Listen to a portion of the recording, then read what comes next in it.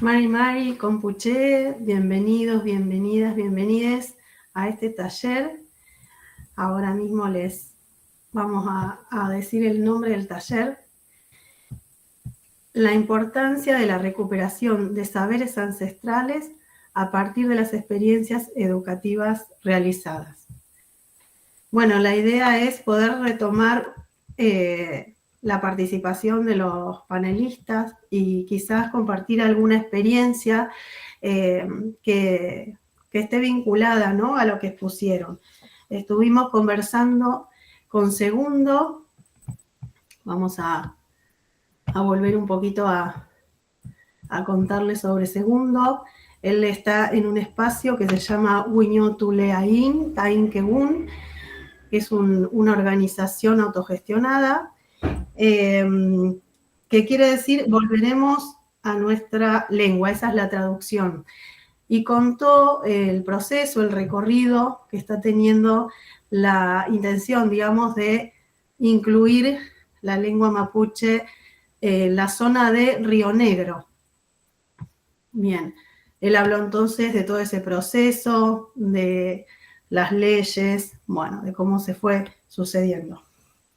Luego escuchamos a Guillermo Folguera, que él es investigador del CONICET, y planteó cómo se gesta un pensamiento único, analizar un poco cómo es que se llega a esta situación y el porqué y las consecuencias también. Luego expuso Gianni Leza, que ella habló, vamos a volver a Gianni un poquito.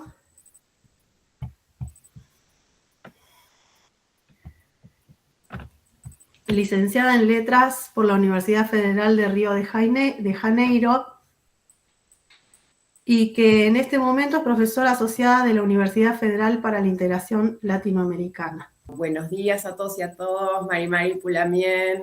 Mi nombre es Ana Clara Denis, yo soy becaria del CONICET y trabajo en la Universidad Nacional del Sur, y en este camino de ser investigadora en formación, comencé a formar parte de Kumelén Nehuen Mapu, que es una organización de pueblos originarios.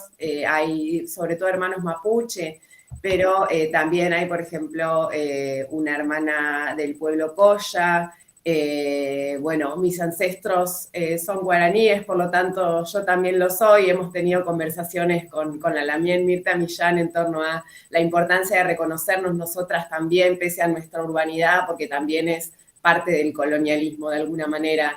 Sentir que no podemos reconocernos, ¿no? Era un poco por ahí del endorracismo que había retomado Segundo, cuando hablaba de que, cuando no completamos todos los casilleros sobre lo que desde la hegemonía se ha implantado, que son los pueblos originarios, de repente sentimos que no nos podemos reconocer. Eso también es nuestra historia. Entonces, yo de alguna manera estoy en este caminar, que es, es un viaje de ida, porque una nunca deja de aprender.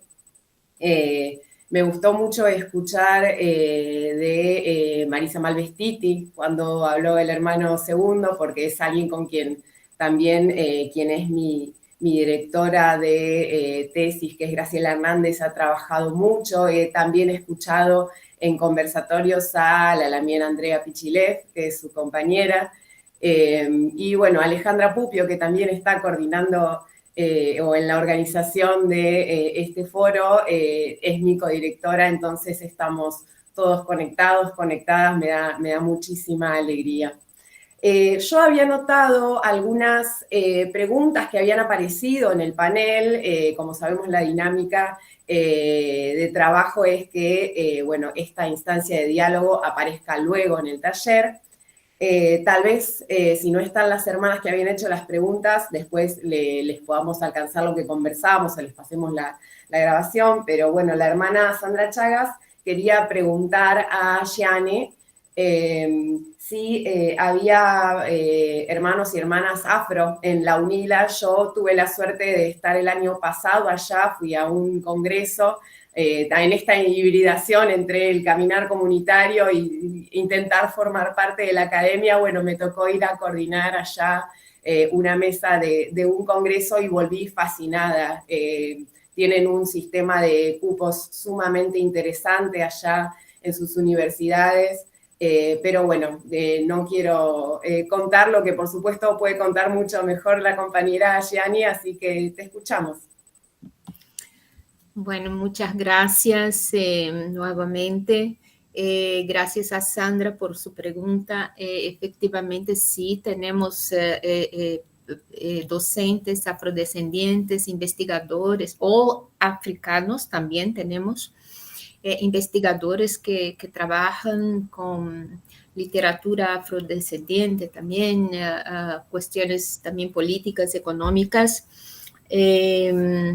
Y sí, de hecho, estamos ahí, somos una universidad muy joven, ¿no? Hemos cumplido 15 años, entonces tenemos siempre muchos desafíos, pero vengo de Río de Janeiro y para mí fue un cambio importantísimo, muy enriquecedor, donde aprendo todos los días y bueno, creo que fue acertada, ¿no? Que digamos, fue muy positivo el cambio. Y sí, tenemos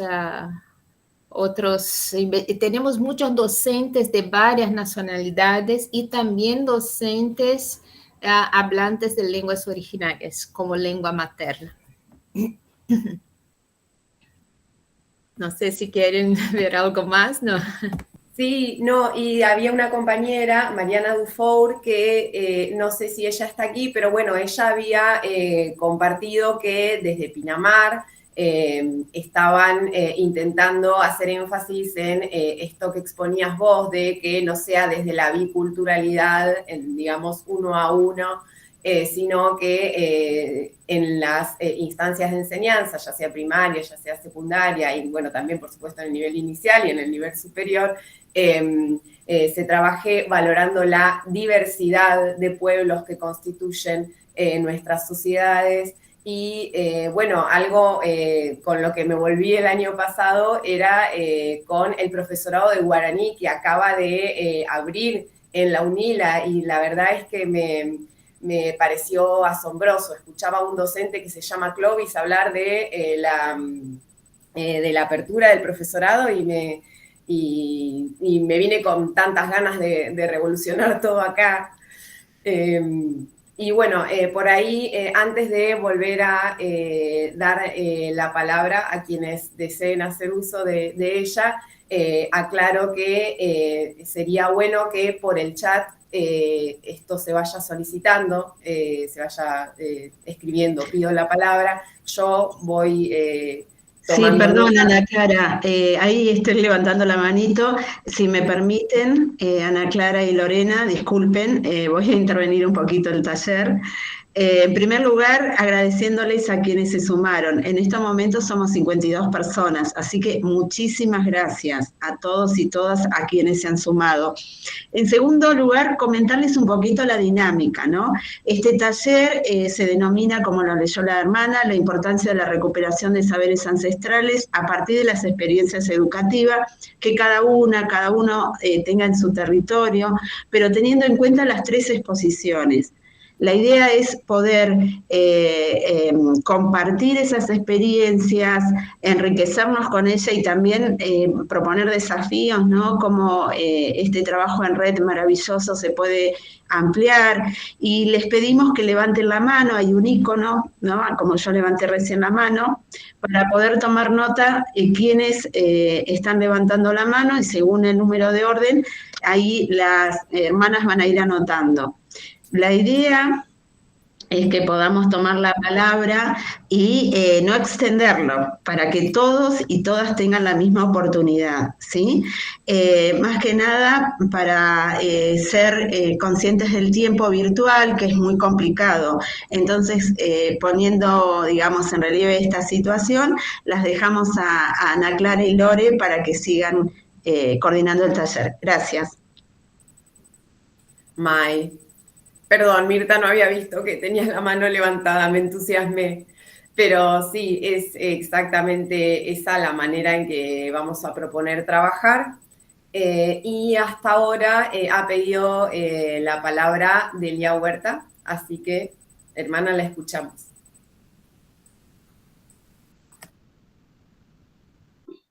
Buenos días, buenos días a todos. Les solicitaría que me den unos minutos porque estoy terminando de hacer una actividad. Levanté como para que no quedara afuera, digamos. Muchas gracias. Perfecto. Bien, y hasta que rompamos el hielo de este momento inicial del taller, si quisiéramos, podríamos seguir conversando en torno a aquello que más nos llamó la atención de los paneles.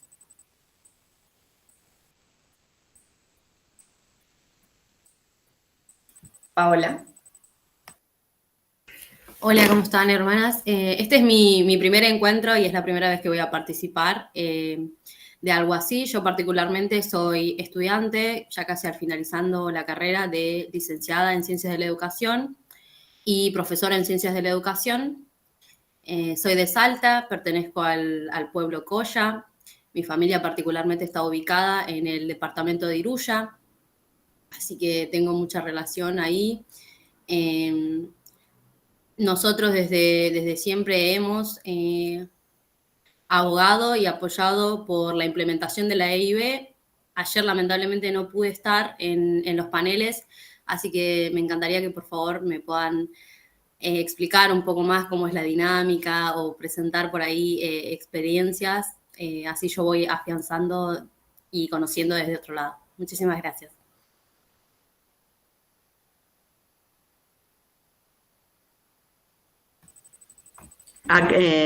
Perdón, voy a aclarar ahí.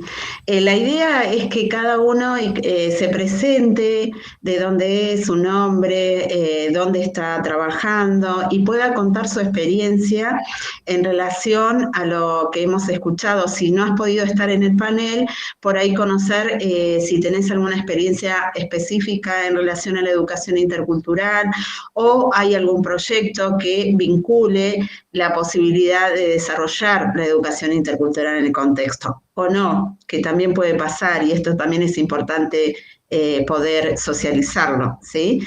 Quienes estuvieron en el anterior espacio escuchando el panel, poder relacionar la situación que cada uno de los panelistas fue desarrollando. En lo particular, a veces no solemos detenernos a pensar qué sucede, cómo está focalizada la educación, y ahí nos permite, o por lo menos escuchándolo a los tres, hoy nos abrió un panorama muy fuerte de repensar, ¿no? ¿Qué sucede con esas direcciones de bajada, de contenidos, de abordaje? Así que bueno, los dejamos para que hablen. Victoria levantó la mano, adelante. Hola, buen día, buenas tardes, ahí no me dio como en el límite. Yo soy de Bahía Blanca, soy docente de danza, bailarina también, y estoy iniciando este tránsito en las instituciones educativas recientemente, y no sé si tanto para contar experiencias, pero sí... ¿Estoy? Hola. Sí, se te escucha. No sé si para contar experiencias directamente relacionadas con mi hacer, porque es un camino que estoy iniciando, pero sí algunas dudas en relación a la danza y la hegemonía en la danza y qué expresiones artístico-culturales terminamos enseñando dentro de las escuelas, de las instituciones educativas. Que, ¿no? Como dentro de mi formación, esta idea de la danza clásica, la madre de todas las danzas, ¿no? Un poco lo que planteaba el compañero, me voy a buscar su nombre, porque Guillermo creo que era, ¿no? Como, bueno, la danza clásica también se instaura en un momento, en un tiempo específico, y parece que es esto, ¿no? Que es universal. Y también un poco, bueno, este desafío de poder empezar a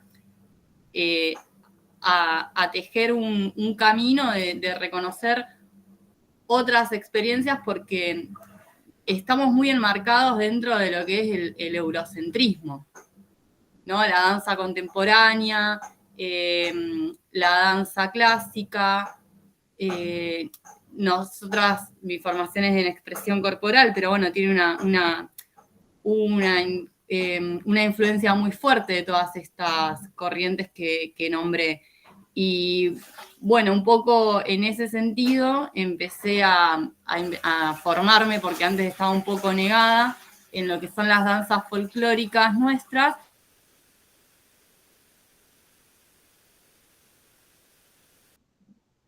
O no sé si decir dejando de lado, pero bueno, tienen también una mirada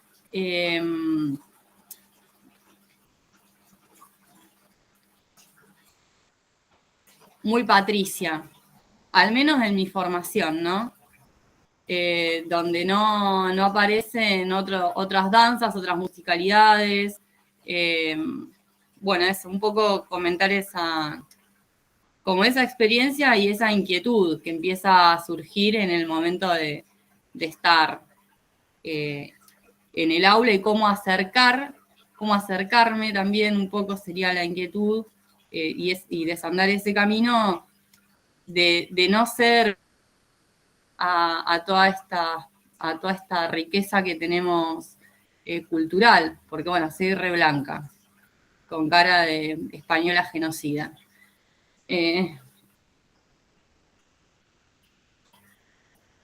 Así que bueno, eso.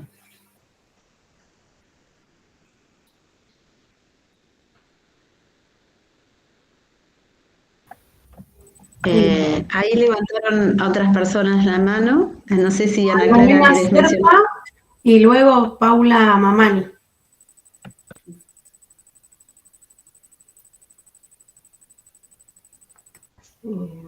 Magdalena, ¿estás ahí?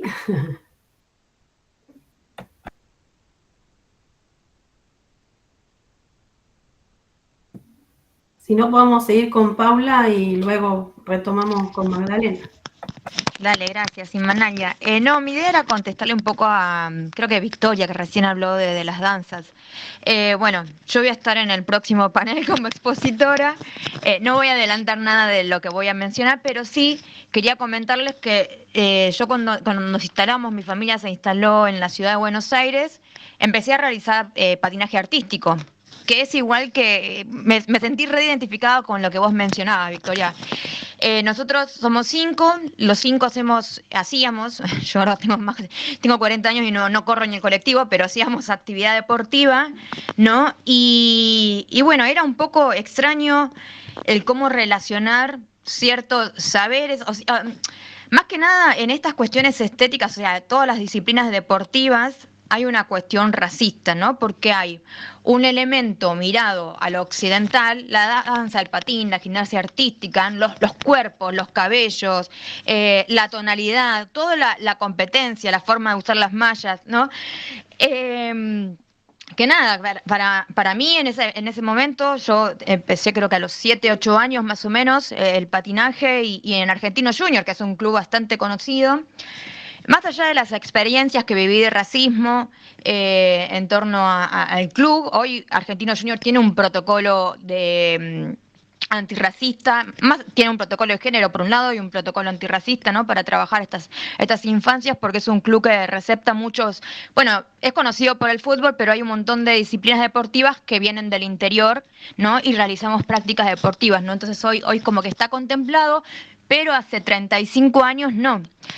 Entonces, las cuestiones de, incluso hasta me han sugerido por ahí, si no tomas tanto sol para que en la pista no se te vea tan negrita, bueno, un montón de situaciones que marcan discriminación y relacionadas, que hoy no están tanto en el deporte porque habido una transformación y el concepto de racismo ha penetrado, o por lo menos se está intentando que llegue a un montón de instancias, ¿no? Pero sí debemos marcar esto, que hay muchas situaciones que vienen de una cultura lejana a la nuestra, pero, que lo vamos a ver en el próximo panel, eso no implica que no podamos interactuar en la interculturalidad, ¿no? En su momento yo trabajé mucho con el pueblo Pilagá, soy abogada del pueblo Pilagá, pero trabajé en un municipio con este sentimiento de llevar el patinaje artístico a otras esferas, ¿no? Y bueno, fue un trabajo re rico porque a mí me hacían la interpretación y la traducción una nena Pilagá y yo les iba corrigiendo a la chica, bueno, levantá más la pierna, estira la cabeza, levantá los brazos, ¿no? Y fue re rico porque vimos cómo se podía dentro del deporte también armonizar esta interculturalidad que nosotros lo vemos por ahí en un ámbito muy educativo y acá, pero en el deporte también existe, ¿no? Y eso no significa que incluso podamos darle una mirada desde la ancestralidad. En Bolivia hoy hay un cuerpo de cholas que llevan el skate que está mediatizado, pero está bueno cómo van retomando saberes ancestrales en el skate y en patinar o en deporte sobre ruedas, ¿no? Que algo que hace 35 años, como le digo, cuando yo empecé era como imposible. Entonces por ahí no es asustarse o ver cómo... tampoco hay que hacerse una cuestión de, y esto me pareció que escucharte como decir, yo soy blanquita. No, esta interculturalidad puede convivir tranquilamente mientras no impongamos, no repitamos esos patrones de colonialismo, ¿no?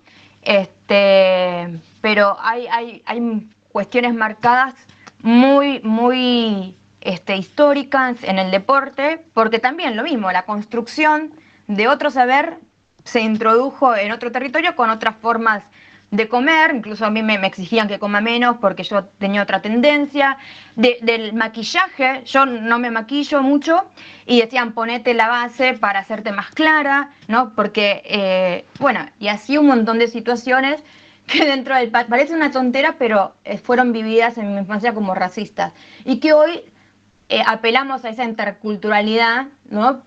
Y esto no significa que un indígena no pueda competir. Yo soy tercera campeona del mundo en el Mundial de Australia del 2007, así que tengo mi currículum. Y incluso lo loco es que tuve que bailar la canción del Cóndor Pasa, fue ese mi programa. Entonces, bueno, como un poco reivindicar mi lucha en el patinaje.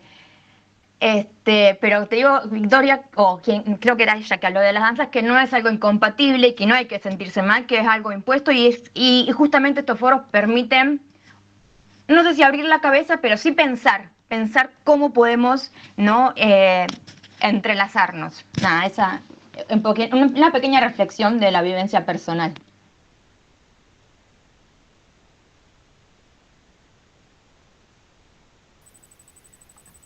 Muchas gracias, Paula.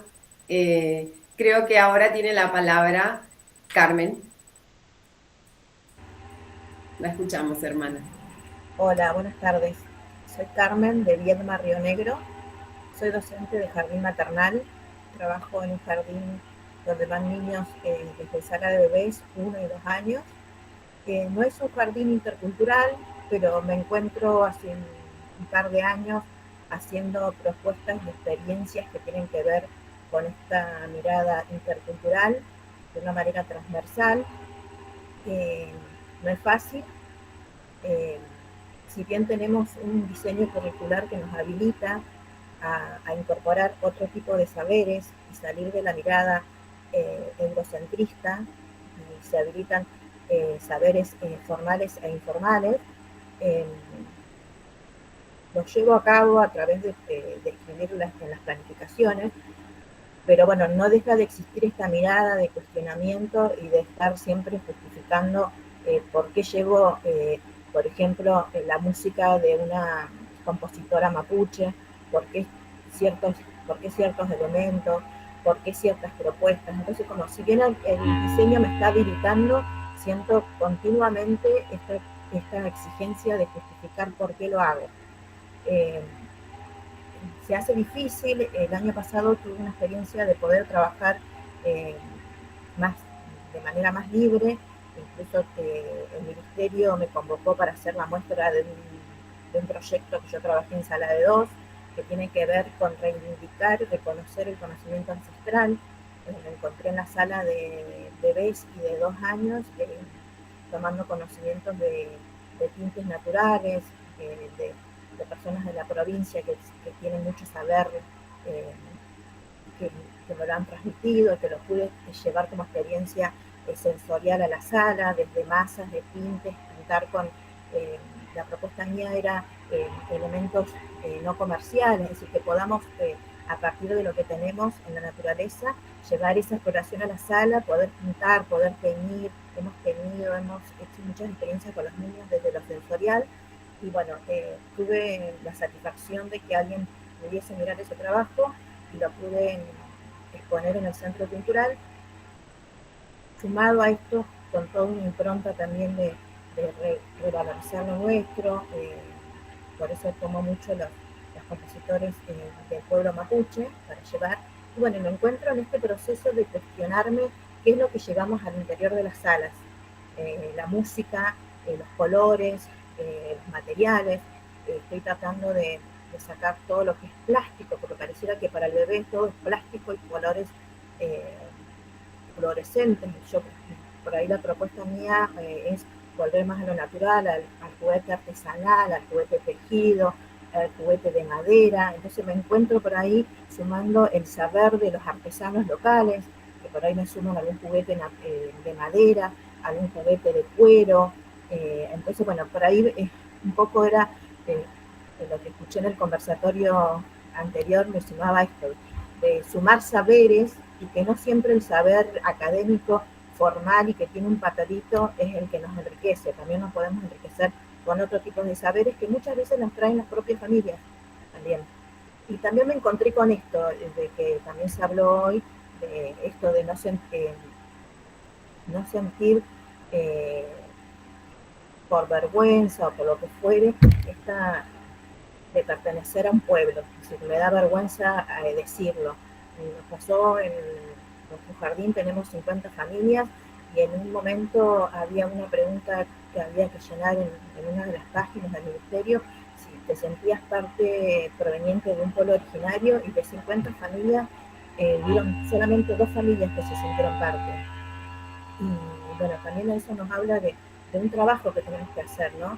Y por eso empezar a cuestionarnos qué es lo que llevamos al interior de las salas, más desde el maternal, que es la primera puerta que se abre a lo público, ese bebé que se incorpora a lo público y que sale del ámbito familiar, y también que las familias puedan reconocer o sentir que el saber originario de donde ellos vienen es importante. Y muchas familias conocemos este tipo de experiencias, nos comunican eso, que ellos se sienten reconocidos.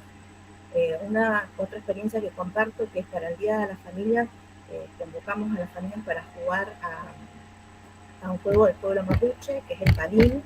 Cada familia llevó su palín, les dijimos cómo tenía que hacer ellos, después nos adornaron, convocamos a una referente del pueblo mapuche que nos explicó toda la explicación del juego, de su origen, y fue una jornada maravillosa donde las familias realmente se fueron gratificadas, se fueron algunas muy conmovidas, porque nunca pensaron que se podía jugar ese juego que ellos contaban que sus abuelas les habían contado.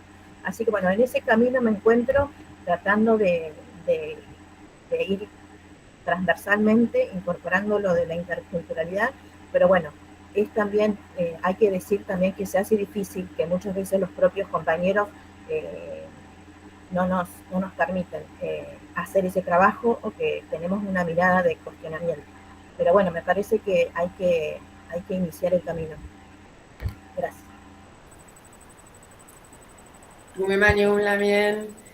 Bueno, me estaré contactando entonces, porque acá en Bahía Blanca había unos compañeros y unas compañeras que querían también llevar el palín a las instituciones educativas, y bueno, me habían preguntado a mí, y yo había dicho, la verdad es que no lo sé, o sea, conozco algunos documentos en los que aparece, pero la verdad no quiero ponerme yo en ese lugar de decir cómo se juega, porque nunca lo jugué, así que nos estaremos contactando. Bueno, a mí me acercó un trabajo sobre el Padín, un profesor que tiene una cátedra en el Instituto de Educación Física de acá de Viedma. Él me acercó toda la parte teórica, y yo después me comuniqué con una persona referente del pueblo mapuche que vino a dar ella la explicación. Así que estaba la parte teórica, la parte del conocimiento del interior del pueblo, ¿no? Y bueno, y después, en función de eso, se armó todo un proyecto que me encantaría compartirlo. Feliz también. Bueno, hermanos, hermanas, tengo anotado el siguiente orden. Delia, Magdalena, segundo, Hermelinda. Me lo va mostrando la aplicación en función de cuándo van levantando la mano. Así que entonces le damos la palabra a Delia.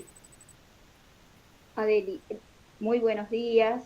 Un gusto estar compartiendo este acontecimiento, este encuentro, y bueno, más que nada, comentarles también desde la experiencia la dinámica, cómo la lengua quechua se está aplicando en la enseñanza en la provincia de Jujuy.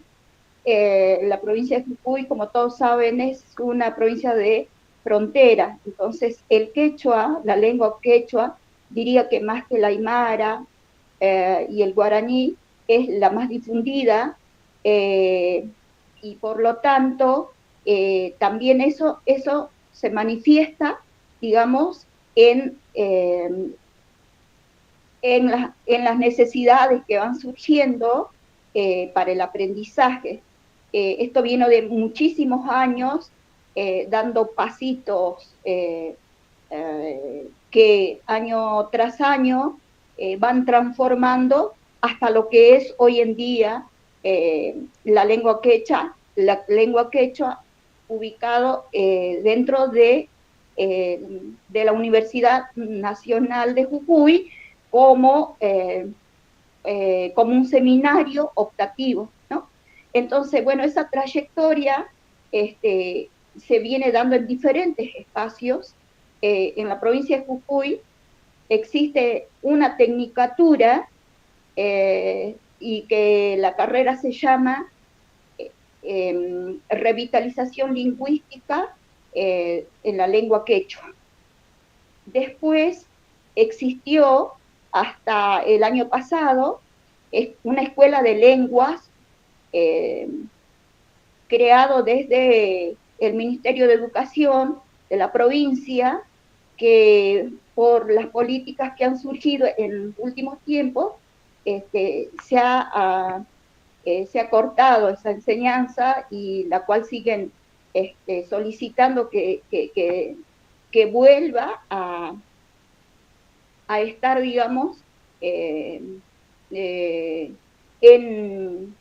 el dictado, digamos, ¿no? No sabemos qué pasos dará el gobierno, pero bueno, eso es un espacio. Y bueno, después están también los diferentes cursos que surgen desde el profesor, el docente intercultural, que se van dando en diferentes espacios.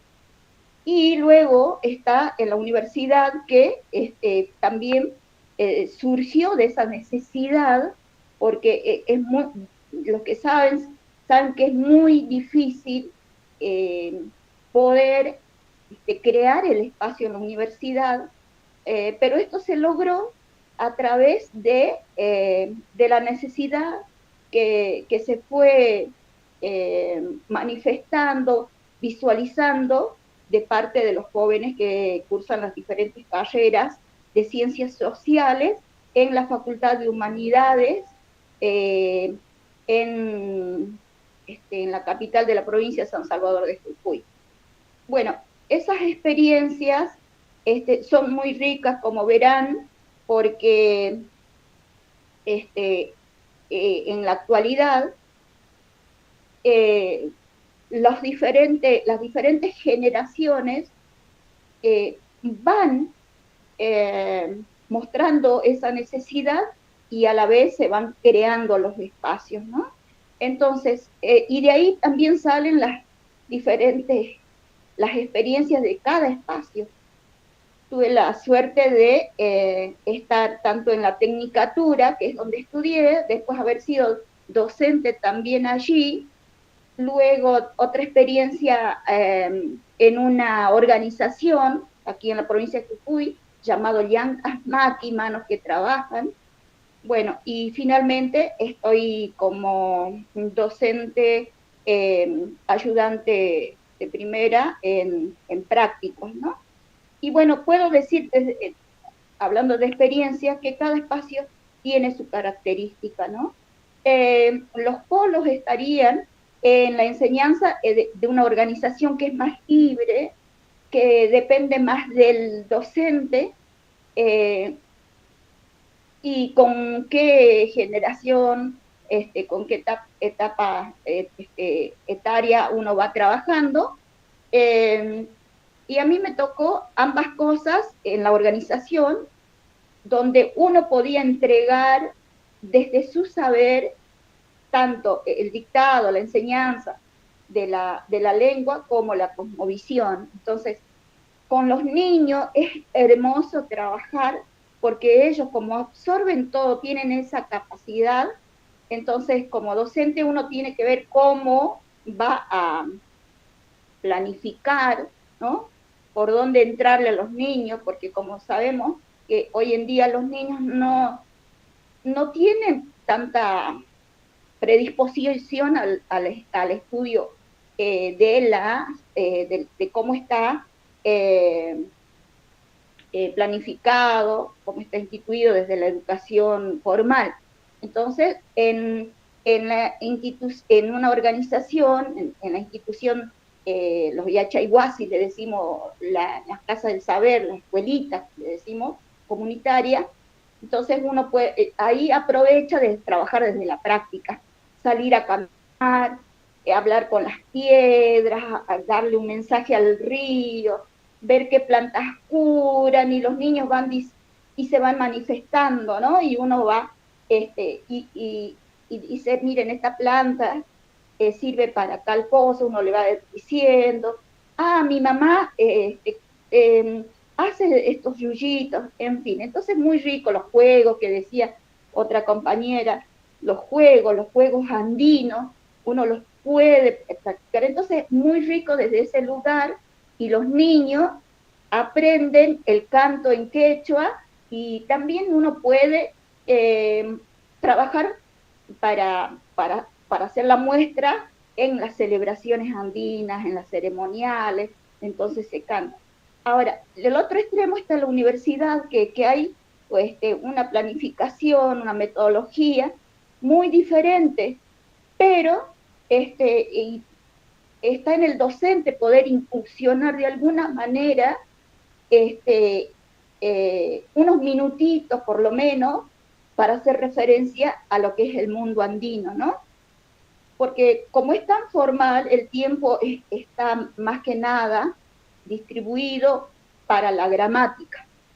Pero viendo la necesidad de los jóvenes, uno le brinda un poco de conocimiento y saberes de la cosmovisión andina, como para influirles también como una fortaleza, ¿no? Para que se pueda sostener ese espacio de saber, de aprender una lengua, acompañado con la cosmovisión, que es un sostén de alguna manera, ¿no? Y bueno, esa es mi experiencia, saber que puede estar uno en la universidad, saber que por detrás están los abuelos, el conocimiento, los saberes que nos sostienen, porque sabemos que la mayoría tenemos un pasado cultural, así que esa sería mi experiencia. Gracias. Muchas gracias, hermana, súper enriquecedora. Bueno, por supuesto, si alguien quiere comenzar a dialogar con quienes ya estuvieron comentando cómo trabajan en sus territorios, levantan la mano. Seguimos ahora entonces con la compañera Magdalena.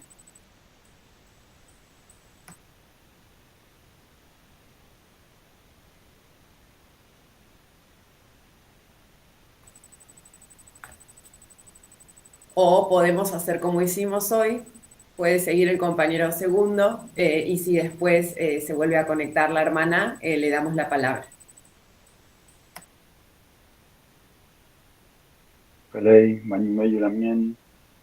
Bueno, ahí varias cositas que fui escuchando y me fueron repitiendo algunas cuestiones que me quedaron por decir, porque la verdad que es mucho lo que se viene haciendo, digamos, y lo que se viene gestando, tanto en enseñanza formal como no formal, respecto acá a la interculturalidad bilingüe y al mapuzungún, digamos. Pero bueno, quería ir por ahí plantearle otras inquietudes ahí a la compañera que habló de las danzas, y también, bueno, Carmen, que mencionó que llevaba música mapuche al jardín.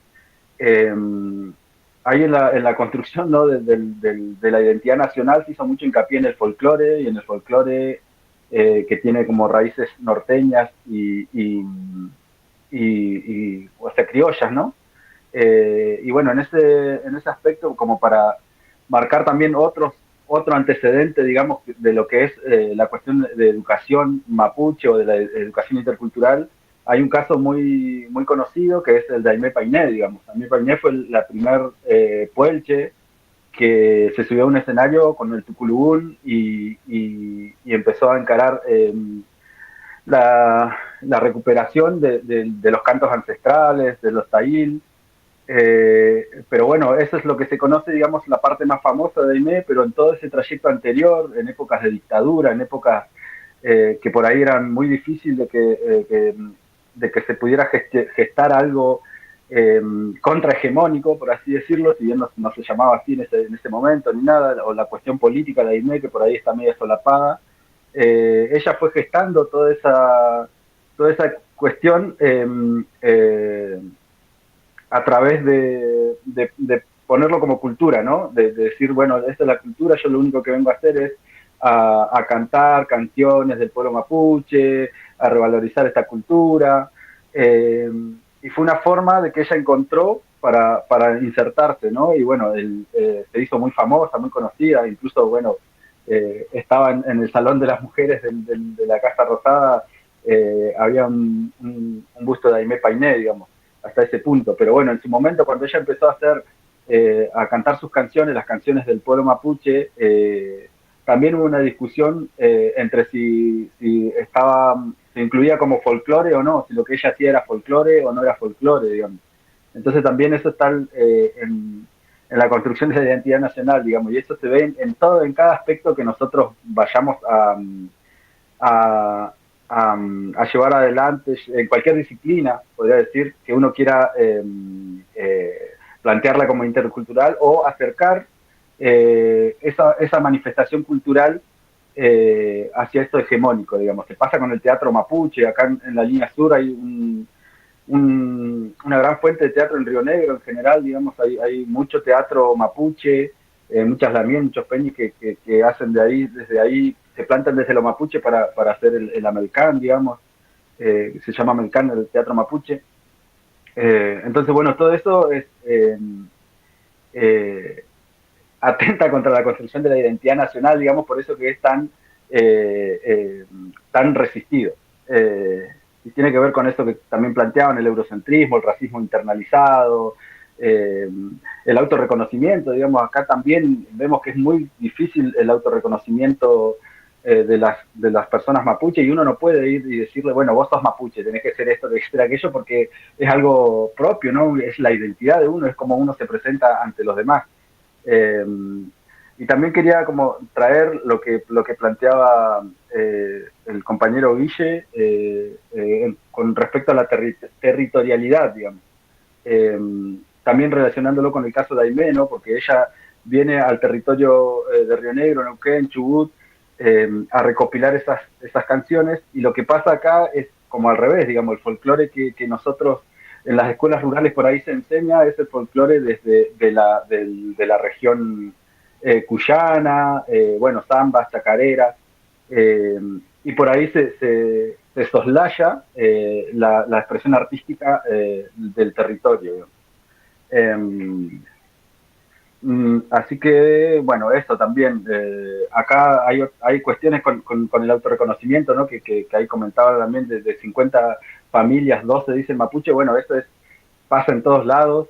Nosotros lo que acá estamos viendo, que es otra cosa que pudimos, que se viene dando con todas estas procesos de enseñanza de Mapuzungún, formal y no formal, digamos, es la cuestión del autorreconocimiento de los niños y la presentación de la Buenufoye en los actos del 20 de junio. Que eso desde el 2007, por ahí, hay la Damián Seferina, que forma parte del equipo de IBE, Hermelinda está acá en el taller, digamos, ella también tuvo una experiencia ahí en Viedma. Pero bueno, acá primero fueron niños de las comunidades, y hoy en día estamos viendo que son niños que se reconocen mapuche más allá de estar o no en comunidades, digamos. Son los pobladores dispersos que yo les comentaba hoy, que fue el término que se encontró en ese momento para designar a estas personas que no estaban, que no completaban el casillero de mapuche, pero que vivían en el campo y eran ganaderos, digamos. Y bueno, nosotros hoy en día también estamos, como decía la hermana Ana Clara ahí, reconfigurando nuestras identidades también, porque yo vivo en los pueblos, no somos guarriache.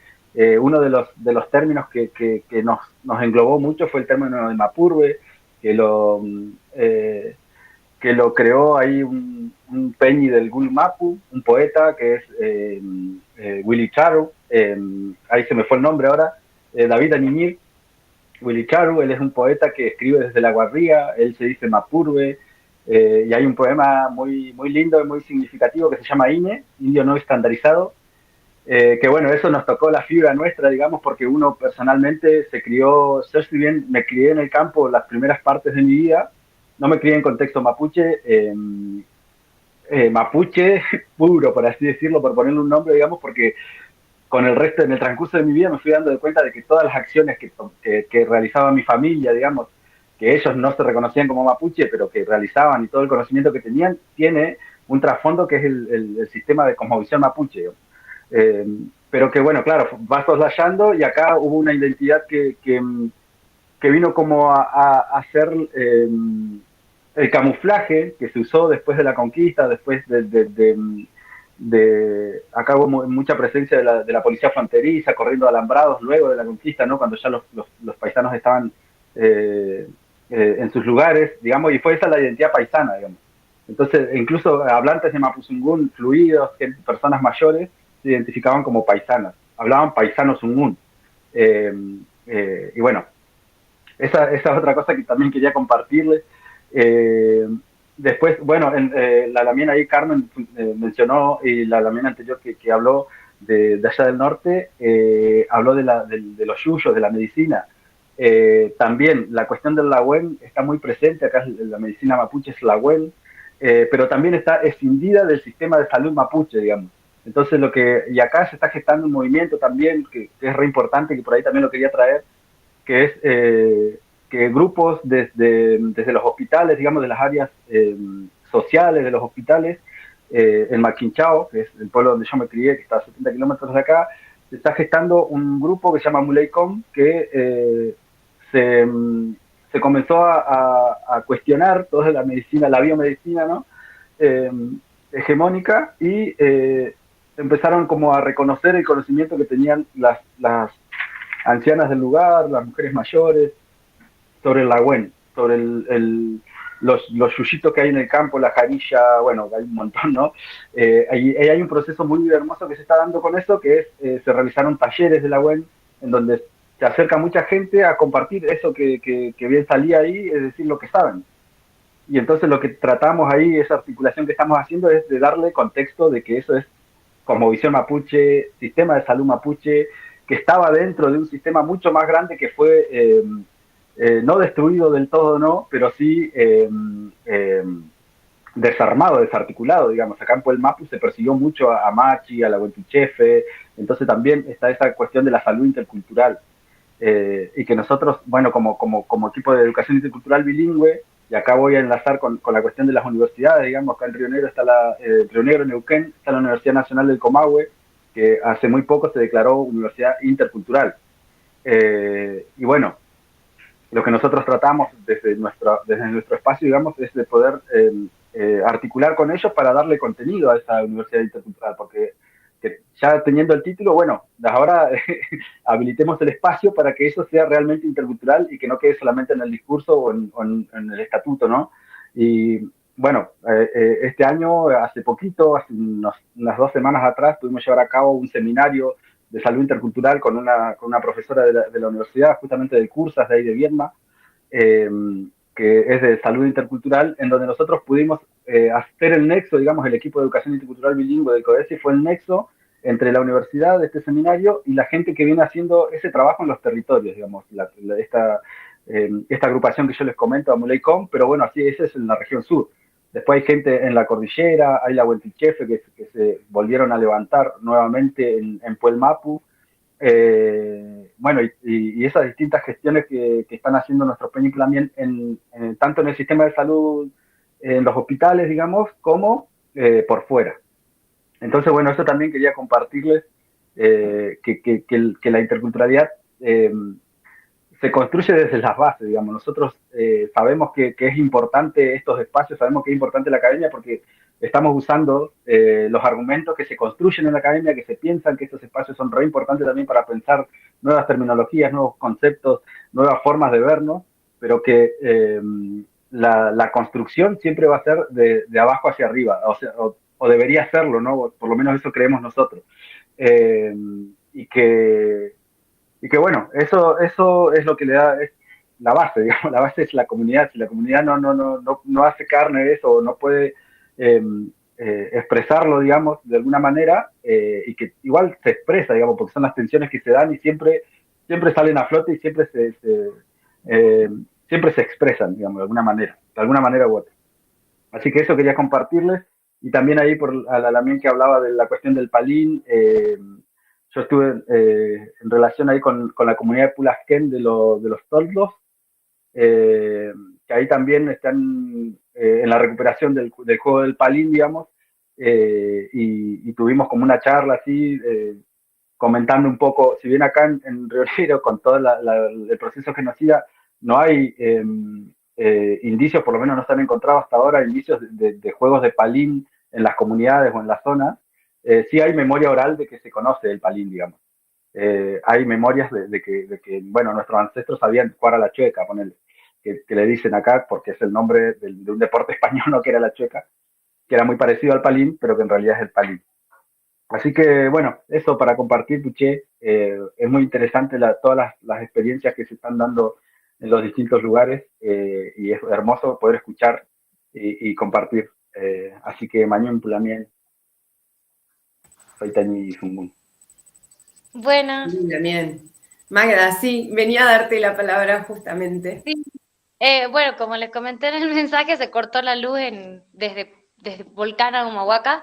No vuelve todavía, y así que estoy comprando datos, pero me di cuenta que como todos usamos personal donde yo vivo, no anda. Así que conseguí a alguien que me comparta datos de Claro. Estoy muy emocionada de estar acá y de ser parte de este foro intercultural. Agradecer también a Camila Delgado, que me compartió la información y me hizo que esté acá presente. Me parecen súper enriquecedoras todos los conversatorios, las ponencias que se vienen dando. Yo soy profesora de danza, trabajo actualmente en pueblos originarios de acá de Humahuaca, Tres Cruces y Uquía. O sea, más al interior de Humahuaca son comunidades muy pequeñas, de 900 habitantes, algunos 900 y otros 500. Y quería compartir en este taller 2 experiencias puntuales, porque bueno, como dijo recién el compañero segundo, creo que la interculturalidad se genera desde las bases. ¿No? Uno hace muchos cursos, muchos talleres, pero ¿qué pasa en el interior, no? ¿Qué pasa cuando realmente uno lo lleva en las prácticas educativas? porque ahí es donde uno choca con la realidad de ver en comunidades que a veces se suman a las propuestas y a veces proponen otras cosas, y uno dice, bueno, esto es intercultural, y a veces la interculturalidad pasa por otras experiencias.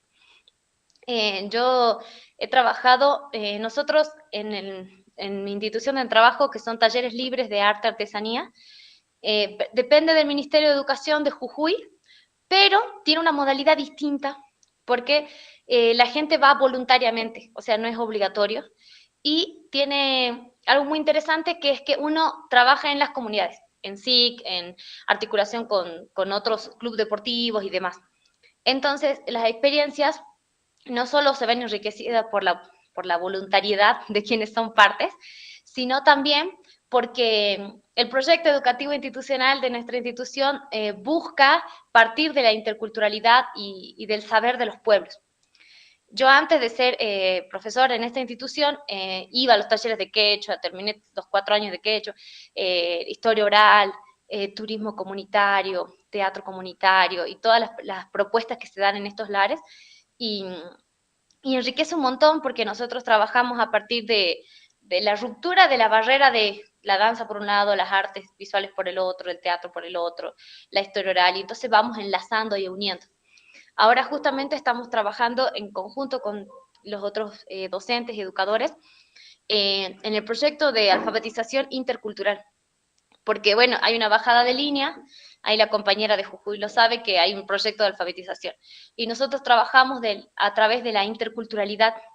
Entonces, por ejemplo, nosotros en el taller juntos, en Tres Cruces, hemos trabajado para la época de la Chacana Raimi, que es una fecha muy importante en los pueblos, que hoy ya no tiene tanto peso, porque bueno, la religión católica, como siempre, pone una fecha fuerte sobre otro acontecimiento previo, ¿no? Tenemos el Inti Raimi, pusieron San Sanjuan. En la Chacana Raimi justo pusieron la fiesta de la cruz, justo en 2 comunidades donde eran fuertes las fiestas de la cruz, y antes se celebraba la Chacana. La Chacana nosotros le decimos la Cruz del Sur.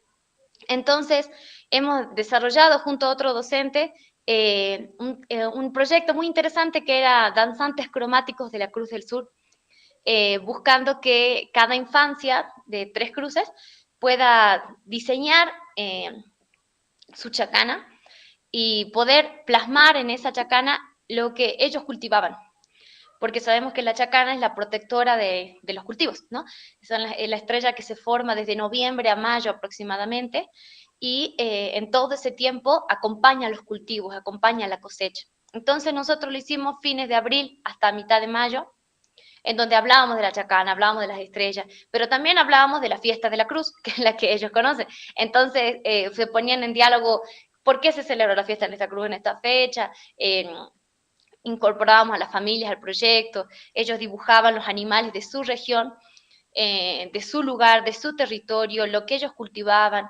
Luego hicimos un proceso de sublimación del pañuelo y terminamos con una danza que era un tema muy interesante que se llama Chacana Sagrada de Ludmila Carpio, en donde también la danza era parte gracias a lo que ellos iban creando y recreando en base a sus exploraciones con sus animales, sus cultivos, sus prácticas, sus danzas. Haciendo como un enlace con lo que planteó la primera compañera, que me pareció muy interesante, que no sé si es de Buenos Aires, esta mirada por ahí más hegemónica que se tiene de la danza, ¿no? Tanto clásica como contemporánea, y sabemos hoy que la danza folclórica, sobre todo hoy, que no es por casualidad que esté en auge, busca esta hegemonización de los cuerpos, ¿no? Y sistematizar la danza. Mi taller es de danza folclórica, pero yo doy otras danzas andinas. Para mí, el folclore no es solamente el folclore nacional argentino, sino el saber del pueblo. Y el saber del pueblo también puede ser la cumbia chicha, las danzas andinas. En los pueblos jujeños se baila y se canta con mucha pasión lo que es la saya, el caporal, el tinku, el salay, porque estamos muy cerca de Bolivia, de hecho a menos de 2 horas. Entonces, este intento de nacionalización siempre genera separaciones y divisiones. Pero cuando uno pone en las clases un caporal, un salay, acá bailamos con mucha emoción, con mucha fuerza. En Uquiá me pasa que tengo muchos hijos de migrantes bolivianos y ellos van a bailar el caporal y el saray y lo bailan con mucha emoción, con mucha pasión y con ellos desarrollamos otro proyecto que fue el proyecto del bailecito de los yuyos, en donde ellos traían todos los yuyos que cosechaban también en mayo y a partir de estas cosechas de mayo, ellos trajeron distintos yuyitos de su casa, el cedrón, el burro burro, rica rica, bueno, también la muña muña, todo lo que cultivaban. Y hicimos, bueno, todo un reconocimiento de los yuyos junto con el taller de historia oral, y en base a eso se creó una danza. Y uno piensa que es súper intercultural, no sé qué, pero no. Ellos querían bailar caporal. Y no cualquier caporal, querían bailar un caporal específico. Y entonces creo que se trata de lo que dijo el Guillermo, de aprender a escuchar. Porque a veces uno dice, bueno, vamos a trabajar esto. Yo tenía mi gran proyecto del bailecito de los yuyos, traían su yuyo, y bueno, todo lindo, pero cuando yo tenía que empezar a marcarle la danza, y imponer, bueno, vos vas a ir acá, acá, acá, y ya se iban, se dispersaban, se aburrían, y en realidad uno no está escuchando lo que ellos proponen y lo que ellos traen. A veces quiere imponer, porque bueno, la institución también te propone presentar tal danza para tal fecha, y a veces para ayer o para de acá 2 días, y se rompen todos los procesos y no hay realmente una escucha activa, ¿no? En donde realmente uno termina pensando que es intercultural, pero no es nada intercultural. En realidad trae los conocimientos de la academia y quiere que salga algo estéticamente interesante, rupturista, pero no escucha. Y cuando uno escucha, a veces te rompe un montón los esquemas porque en decir, bueno, en realidad no era así, y proponían otras cosas y desarmaban y desandaban, y son procesos mucho más ricos cuando son largos y cuando uno deja que se vayan tejiendo y articulando realmente con las comunidades. Me pasa con adultos también, de que empecé a preguntarle, bueno, ¿hoy qué desean aprender o qué traen para enseñar? ¿Qué danzas queremos compartir? Y empezar a buscar también, ¿no? Quizás otras danzas que son censuradas o no son parte de nuestro folclore, y que se las bailan con mucha emoción y que traen todo un saber y un conocimiento en el cuerpo que es importante darle valor. Porque si no es repetir, repetir y terminamos cayendo como también en esa pedagogía bancaria, ¿no? De, bueno, repetimos hasta que salga, repetimos hasta que se logre, ya sea con la pedagogía que queramos llamarle, ¿no? Entonces, por ahí mi reflexión viene desde ese lugar, ¿no? ¿Cuál es la verdadera escucha que pretendemos darle a nuestros espacios, ¿no? Educativos? Otra experiencia, y ya con eso termino para darle lugar a otro compañera, es nosotros con otros 2 colegas hemos desarrollado una diplomatura de gestión cultural con perspectiva de género e interculturalidad y con enfoque intercultural. Y se desarrollaron proyectos muy interesantes porque se sumaron gente de Catamarca, de La Quiaca, de Jujuy, de Neuquén, Río Negro, Tucumán, Salta, y cada diplomando creó su propio proyecto aplicado a su territorio. Y nosotros dimos un montón de talleres de decolonialidad, invitábamos a otros artistas, se hacían un montón de ejes, y les pedíamos que investiguen en sus territorios, más allá de lo que ellos creen que hace falta, realmente cómo suma un proyecto de gestión cultural en esos territorios. Porque a veces sucede eso, ¿no? Que uno dice, bueno, en mi pueblo necesita esto, y no, te das cuenta que no se suma nadie, no va nadie, o no tiene el impacto esperado, y creo que es realmente empezar a pensar, bueno, a ver, ¿por qué nuestros pueblos hoy siguen sin reconocerse, siguen sin pensarse? Creo que, bueno, la colonización nos atraviesa fuerte, y los que estamos por lo menos en el norte, la Iglesia Católica un montón. Entonces, uno tiene que entrar en diálogo con esos discursos y ese saqueamiento que hubo. Si no te...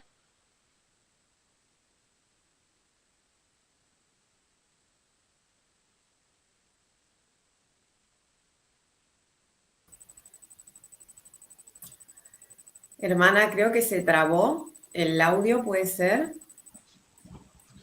Me parece que se le cortó porque estaba comentando que estaba con datos, ¿puede ser? Claro, claro. Bueno, entonces le agradecemos mucho a Magdalena su participación y antes de darle la palabra a Hermelinda, quería preguntar si alguien más quiere anotarse porque ya vamos a cerrar la lista de oradores y de oradoras, así vamos finalizando el taller que parece que nos falta el tiempo para todo lo que tenemos que decir.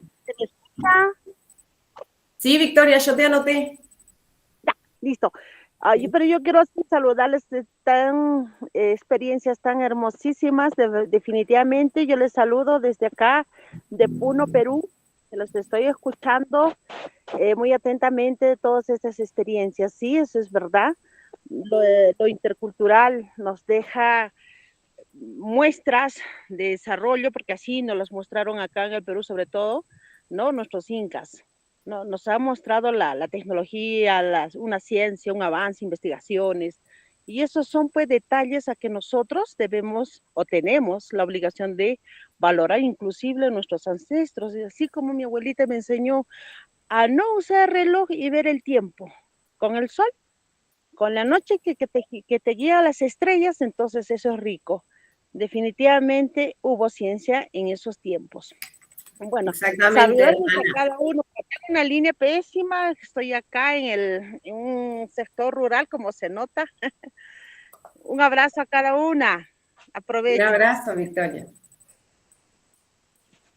Bien, entonces le damos ahora la palabra a la hermana Hermelinda.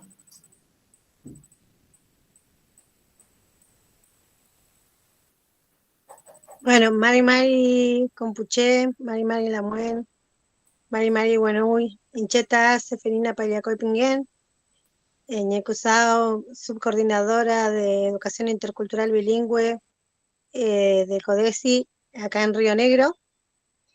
Un gusto poder compartir este momento de tantas experiencias, tantos conocimientos, saberes.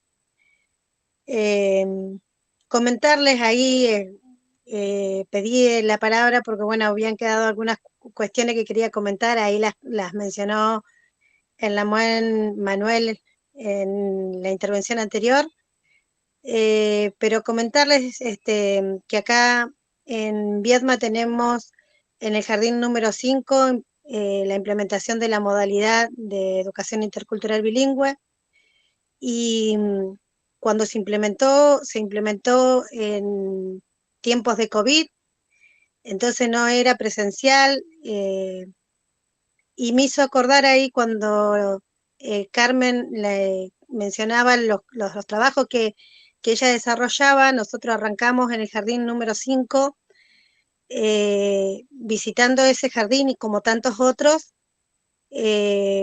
para fechas como ahora el 24 de junio, el 29 de abril, el 12 de octubre, o sea, como que eran fechas puntuales en las que nos llamaban desde las instituciones, sea jardín o escuela primaria o escuela secundaria. Y después propusimos llevar la modalidad a distintos jardines, pero fue el único que aceptó la modalidad y que se pudo empezar a trabajar en el jardín número 5. Ahí nos pasó que tuvimos muy malas experiencias con el plantel docente, no así con el equipo directivo. Y lo que se planteaba más fuertemente era el tema de el conocimiento, la jerarquía del conocimiento. ¿Por qué? Porque nuestros Lamuen que entraban como maestros interculturales no tienen la formación pedagógico-didáctica de docente. Entonces, era todo un cuestionamiento de por qué esto, por qué lo otro. Entonces, como que todo el tiempo había que justificar cada actividad que se proponía, justificarla. Y en esto de la jerarquía de saberes, bueno, nosotros para no poner en una situación de apriete a los maestros interculturales que tenían que compartir ese espacio todos los días, buscamos distintas alternativas y entre esas encontramos trabajar en conjunto con docentes de institutos de formación docente.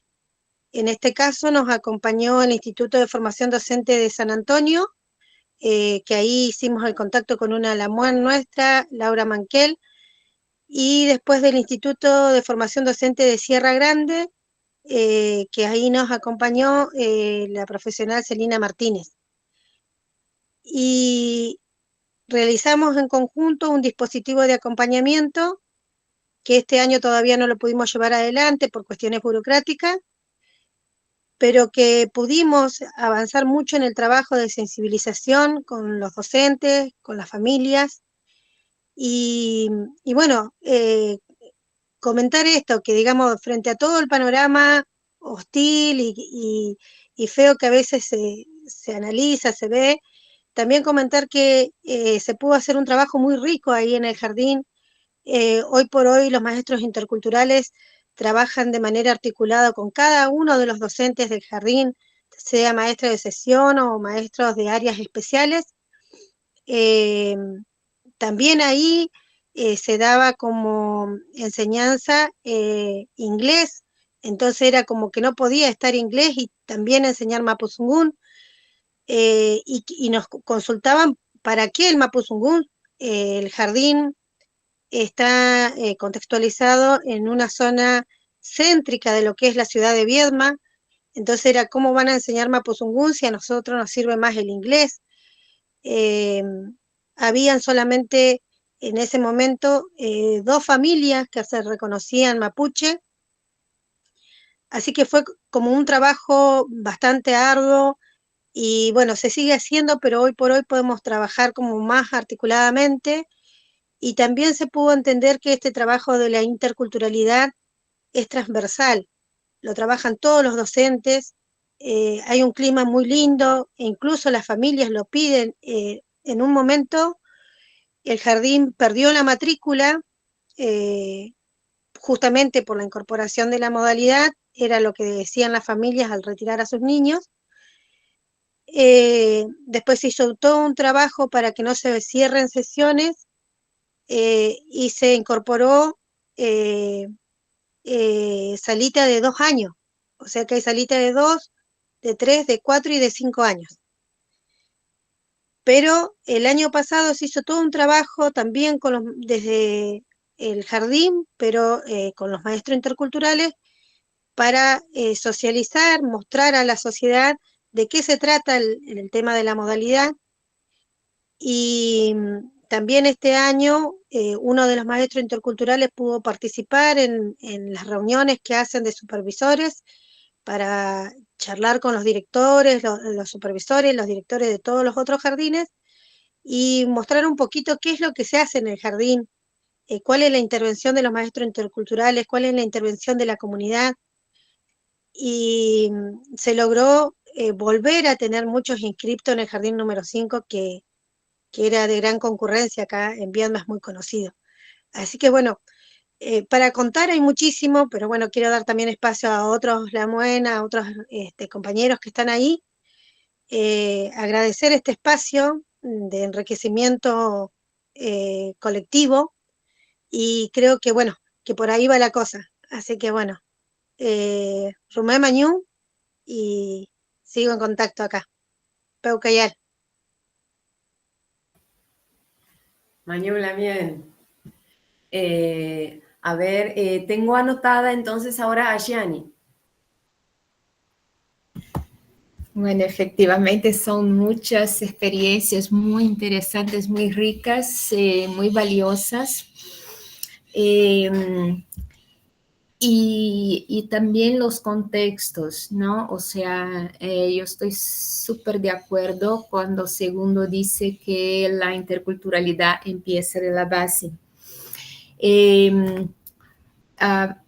Lo que va a ver es que son contextos distintos. Entonces, les voy a dar algunos ejemplos.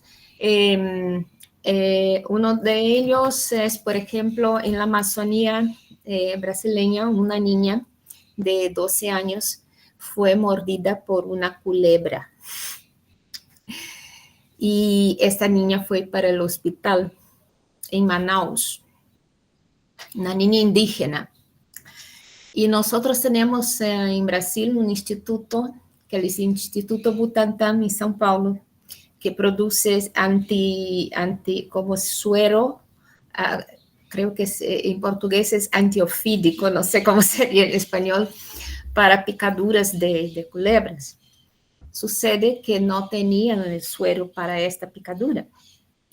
Y total que los médicos, ¿no? Habían dicho a los familiares indígenas que necesitaban amputar la pierna de esta niña. Y los papás y los tíos quisieron hacer la cura con sus remedios, con sus medicinas indígenas. Y fue toda una cuestión, ¿no? Para que el hospital, toda una cuestión para que permitieran que los indígenas entraran al hospital. Total que permitieron. Y la niña no perdió su pierna, ¿no? La pierna no fue amputada. Y esto es algo que, si pensamos en la población del Estado Nacional, o sea, la gente no sabe. Este tema no llega a las escuelas, no llega a mayoría de las universidades.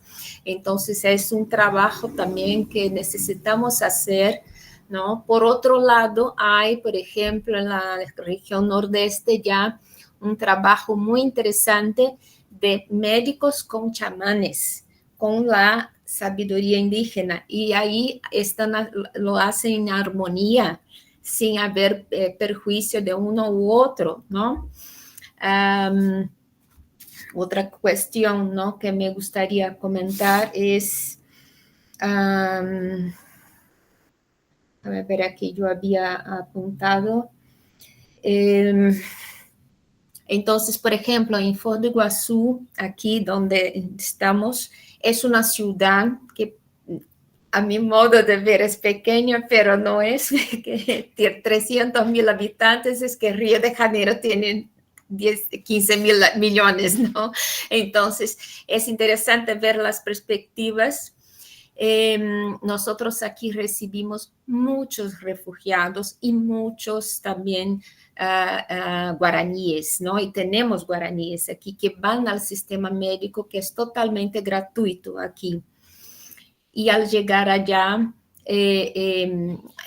tienen muchas cuestiones. Entonces, estamos haciendo un trabajo de capacitación de estos sectores, que es capacitación intercultural, para que puedan comprender esta relación intercultural que se establece en las clínicas, en los puestos médicos públicos, en las escuelas.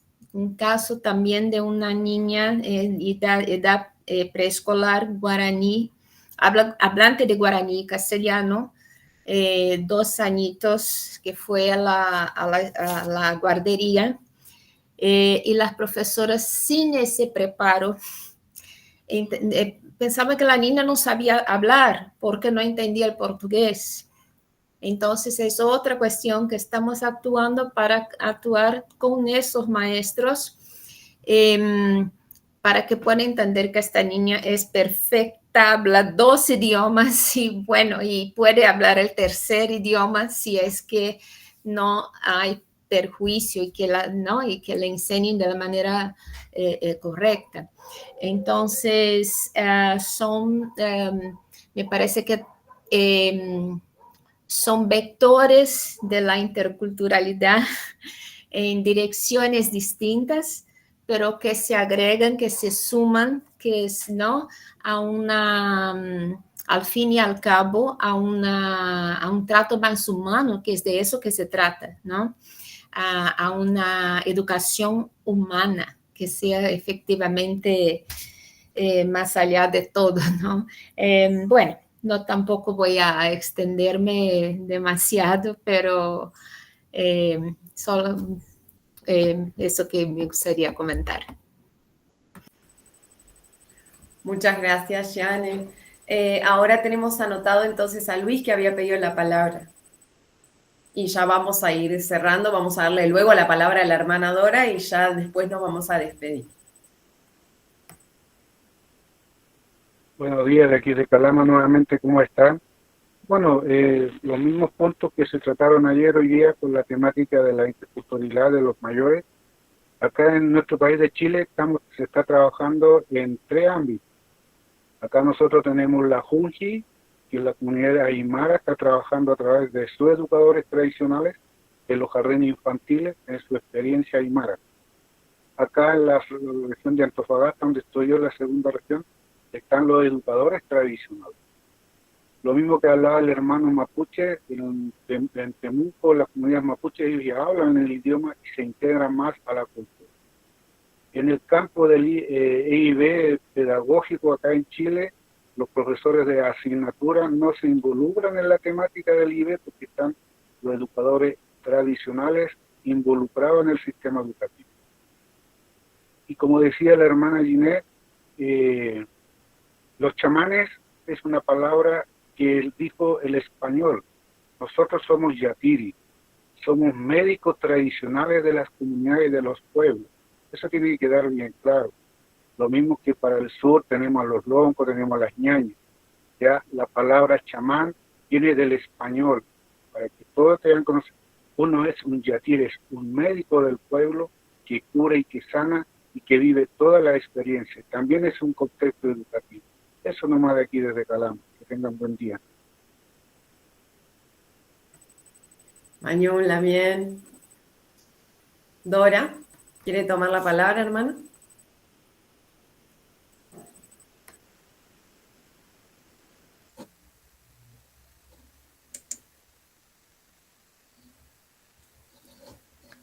Hola, Chiboya, Juale Cani, buenas tardes. Pedora,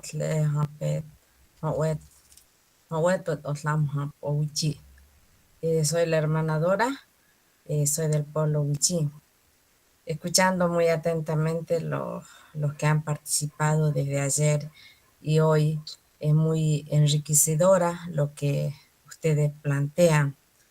Y la mayor preocupación para mí es la interculturalidad dentro del sistema educativo. Por ejemplo, acá en Salta, en la provincia de Salta, nosotros lo que estamos luchando como pueblos es que la lengua materna wichí sea una materia más dentro del sistema educativo, porque pasó muchos tiempos que nosotros ocupamos ese de ser pareja pedagógica, que ninguna de las dos partes llega a un buen punto. ¿Por qué?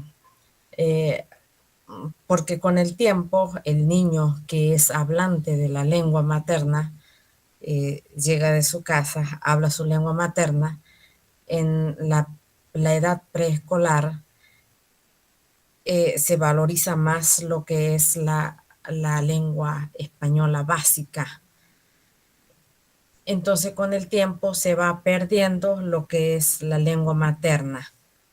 ¿Por qué? Porque solamente nosotros, o sea que a los niños ayudamos a los maestros de jardín hasta 3er grado. Después pierde lo que es la lengua materna, 4º, 5º, 6º y 7º, toda la secundaria, y ya nace en el superior, que son pocas palabras. Y por eso hay mi insistencia de que el Ministerio de Educación de la provincia de Salta tenga una materia más dentro del sistema educativo, que sería la lengua wichí, para valorizar, para que aquel niño que empieza a ir a la escuela sepa escribir lo que es su lengua materna. ¿Por qué valoramos? ¿Cómo puede ser que nosotros aceptemos lo que es el inglés dentro de los que hablan en su lengua materna e incorporar lo que es inglés, y nuestra lengua materna quedó para afuera? Entonces es una lucha constante para mí. Para mí, porque hace años que estoy en el sistema educativo, y es enriquecedora lo que es la cultura de nosotros, También si nosotros vemos el lugar del chamanismo,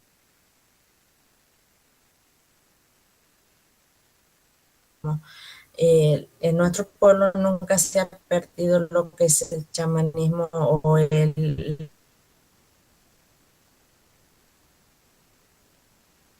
los médicos ancestrales, a pesar que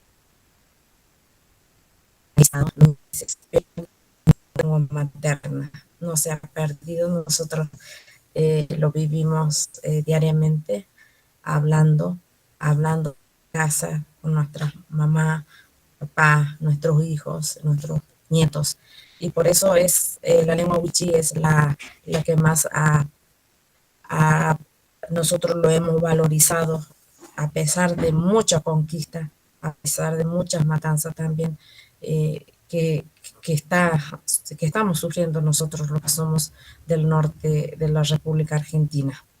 La lucha constante también sobre el territorio, sobre las costumbres, y también la lucha y la valorización de nuestra lengua materna. Muchísimas gracias.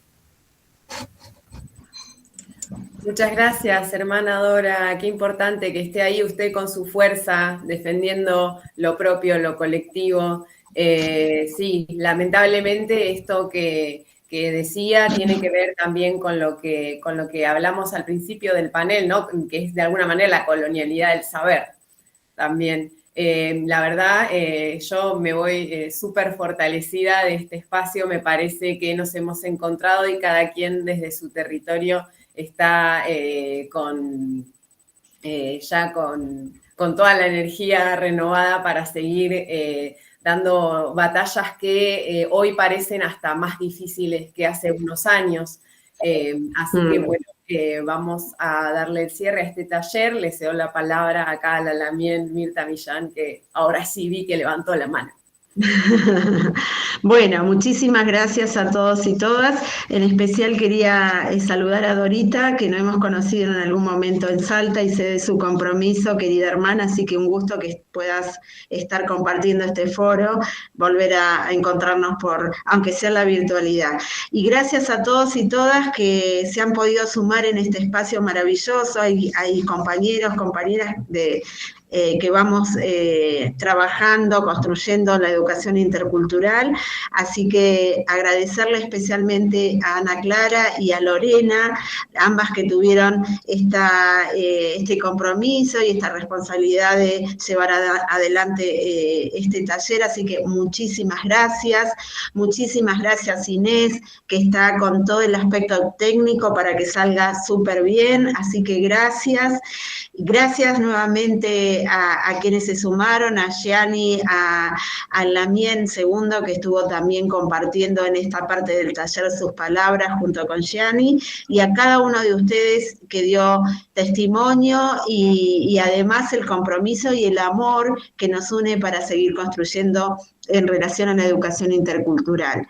Y queremos invitarles a que puedan sumarse a las 13 horas en el panel número 4, que tiene que ver con la relación de los reclamos y recuperación de territorio, lo jurídico, lo estatal y la construcción de una justicia pedagógica intercultural. Así que los y las esperamos para poder escuchar este taller, que recuerden que enviamos el programa, ¿sí? Me parece que me equivoqué, perdón. A las 13 horas hasta las 14:30 horas va a ser el conversatorio de educación en el campo de lo jurídico y los saberes ancestrales. Ahí estamos. Van a haber 3 hermanos de diferentes territorios de la región, así que los y las esperamos a las 13 horas y gracias nuevamente.